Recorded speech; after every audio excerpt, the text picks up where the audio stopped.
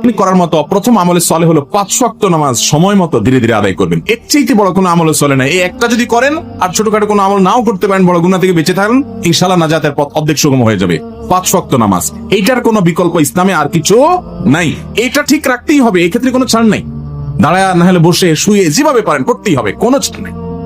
অতএব 1 নম্বর আমল হলো 5 ওয়াক্ত নামাজ পড়বেন। 2 নম্বর হলো সকল বড় বড় মোটা মোটা গুনাহগুলা থেকে বেঁচে থাকবেন। চোখের গুনাহ, হারাম জিনিস দেখা, হারাম জিনিস শোনা, গালমন্দ করা, মানুষের হক মারা, হারাম খাওয়া, এই বড় বড় গুনাহগুলো থেকে বেঁচে থাকবেন। নাম্বার 3, নবী করিম সাল্লাল্লাহু আলাইহি ওয়াসাল্লাম প্রতি বেশি বেশি দুরূদ পাঠ করবেন। আল্লাহুম্মা সাল্লি আলা মুহাম্মাদ ওয়া আলা আলি মুহাম্মাদ, শুধু সাল্লাল্লাহু আলাইহি ওয়াসাল্লাম, দুরূদ ইব্রাহিম যত বেশি পারেন দিনে 10 বার 20 বার পাঠ করবেন।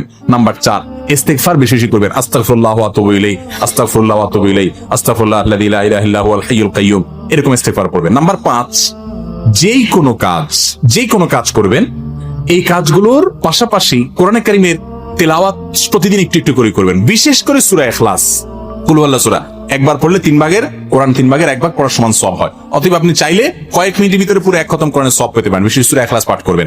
6 নম্বর হলো যত জিকির আছে কোরআন হাদিসে বর্ণিত, এই জিকিরগুলো বেশি বেশি করে পাঠ করবেন।